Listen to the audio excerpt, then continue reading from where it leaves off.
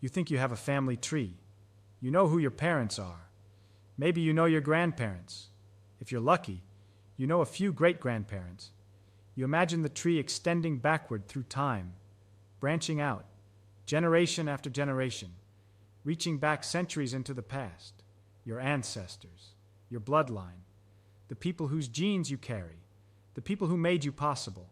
And you imagine this as a tree, a structure that grows wider as you go back. 2 parents, 4 grandparents, 8 great-grandparents, 16 great-great-grandparents. The numbers double every generation. Simple mathematics, clean, logical, except it's not a tree. And the mathematics, if you follow them honestly, lead to something impossible. Not difficult, not complicated, impossible. The numbers do not work. They cannot work. And when you see why, when you realize what the math is actually telling you, everything you think you know about ancestry, bloodlines, and family history collapses. Not because the records are wrong, because the structure itself is a lie. Let me show you. Start with you. One person. You exist. You have 2 biological parents, 1 mother, 1 father. That's generation 1 going backward. 2 people. Each of your parents also has 2 parents. Your 4 grandparents. Generation 2, 4 people. Each grandparent has 2 parents. Your 8 great-grandparents. Generation 3, 8 people. Go back 1 more generation. 16 great-great-grandparents. Generation 4. You see the pattern. Every generation backward, the number of ancestors doubles. This is simple exponential growth, 2 to the power of the generation number. Now let's keep going. 10 generations back, you have 1,024 ancestors.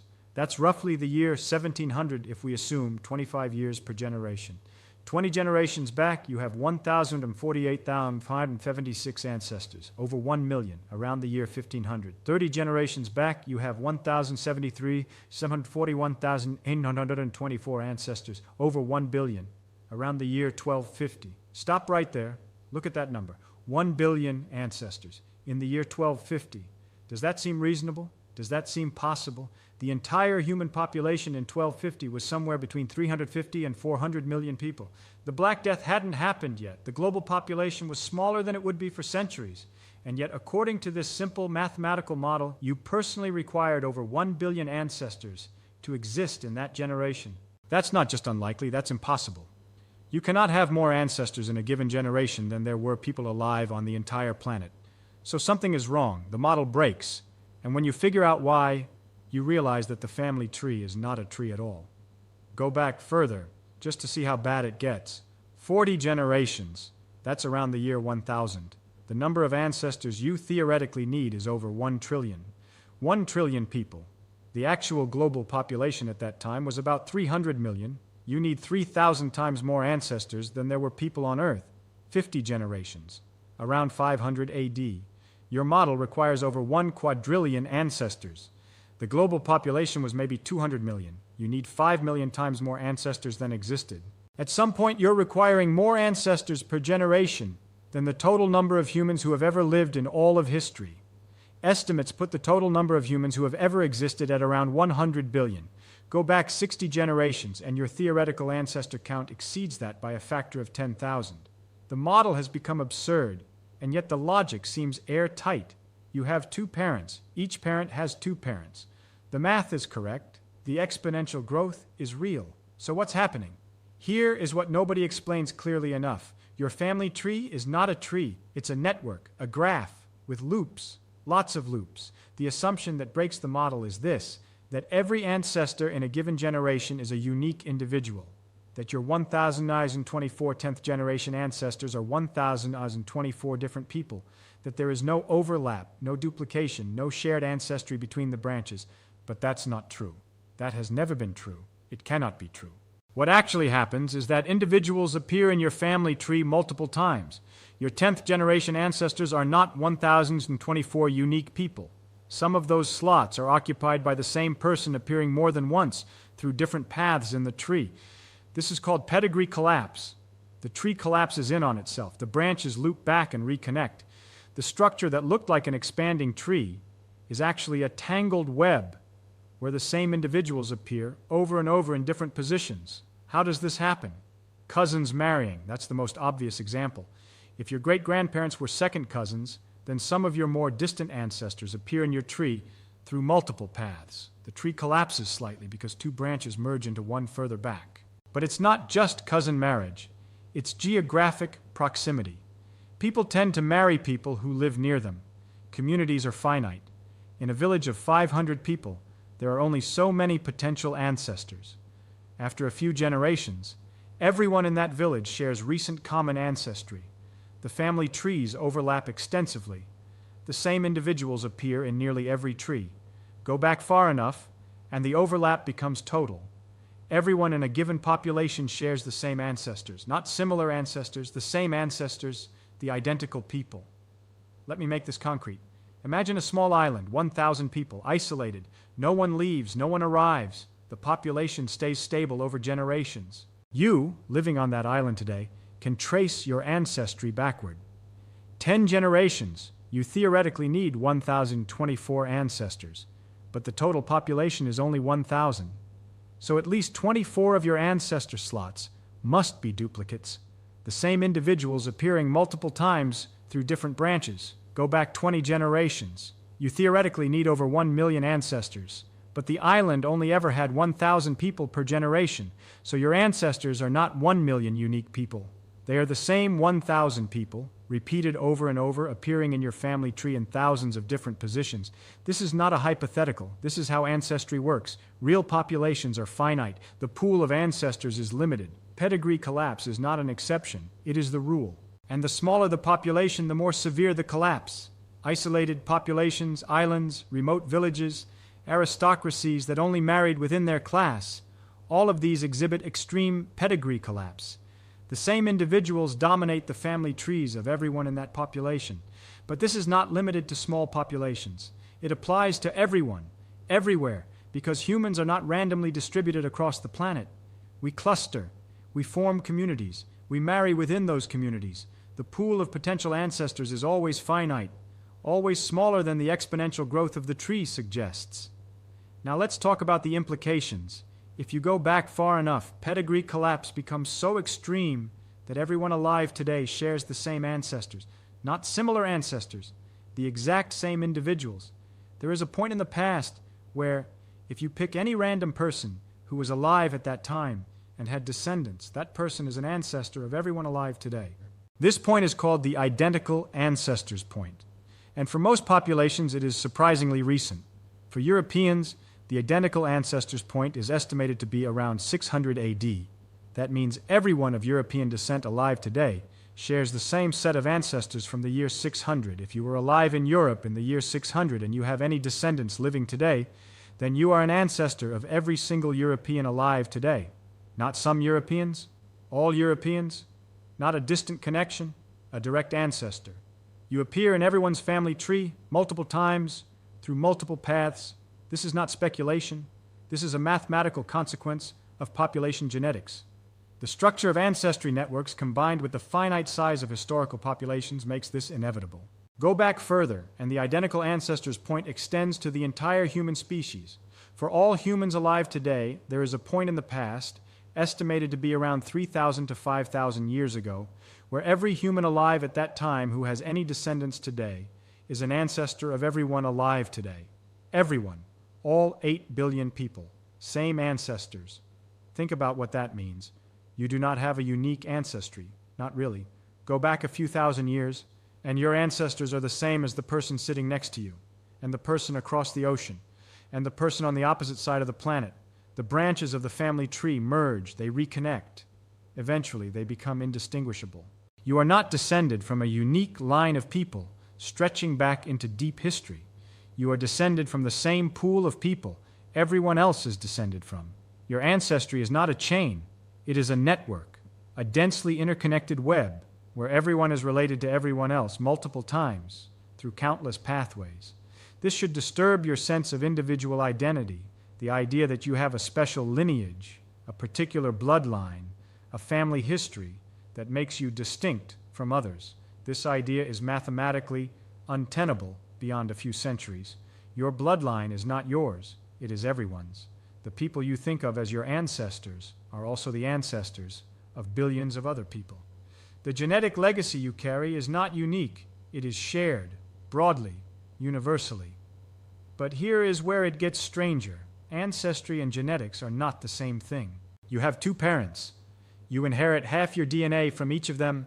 You have four grandparents. You inherit, on average, 1/4 of your DNA from each grandparent. 8 great-grandparents, 1/8 from each, and so on. But the further back you go, the less DNA you actually inherit from each individual ancestor. 10 generations back, each of your 1,024 theoretical ancestors contributes, on average, about 1/10 of 1% of your DNA. Most of them contribute nothing. You inherited no DNA from them. This is because DNA inheritance is random. Each generation, the chromosomes are shuffled.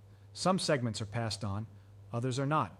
After enough generations, most ancestors contribute 0 DNA to your genome. They are your ancestors genealogically, meaning they appear in your family tree, but they are not your ancestors genetically, meaning you carry none of their DNA. By 20 generations back, you have over 1 million genealogical ancestors, but you only carry DNA from a tiny fraction of them, maybe a few thousand at most. The rest contributed nothing to your genome, so your genetic ancestry is far narrower than your genealogical ancestry. You are related to millions of people in the past, but you carry DNA from only a small subset of them.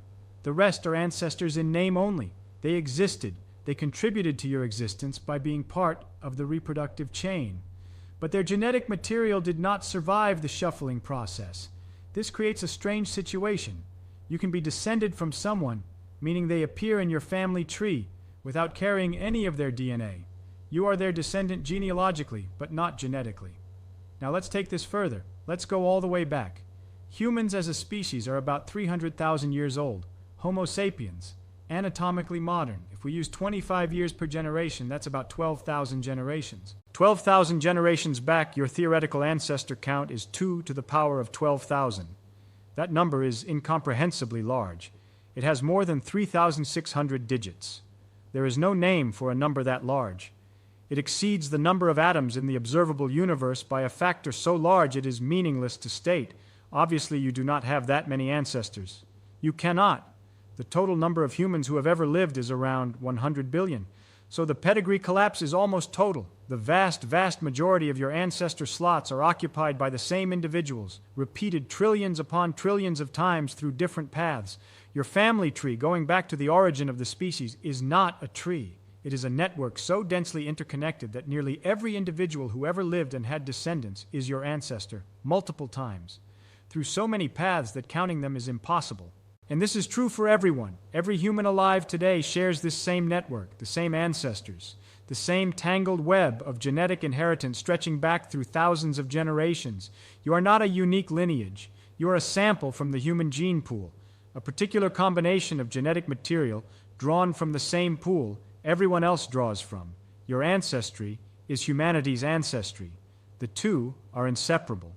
But let's go even further back, because the story does not stop with humans. All humans share a common ancestor, but humans also share common ancestors with other species. Go back far enough, and you share ancestors with chimpanzees, with all primates, with all mammals, with all vertebrates, with all life on Earth. 6 million years ago, your ancestors and the ancestors of modern chimpanzees were the same individuals. The family tree branches, but only after that point. Before it, there is no distinction. You are descended from the same lineage that produced every ape alive today. 70 million years ago, your ancestors were small mammals living in the shadow of dinosaurs.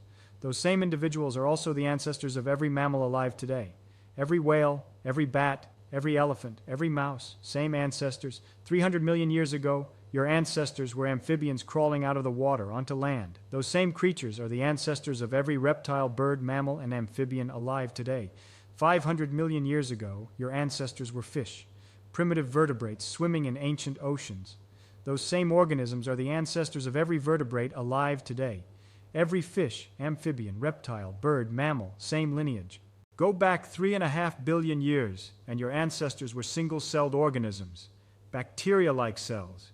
Those same cells are the ancestors of every living thing on Earth, every plant, animal, fungus, bacterium, all of life. Same origin. Your ancestry does not stop at your great-grandparents. It does not stop at your ancient human ancestors.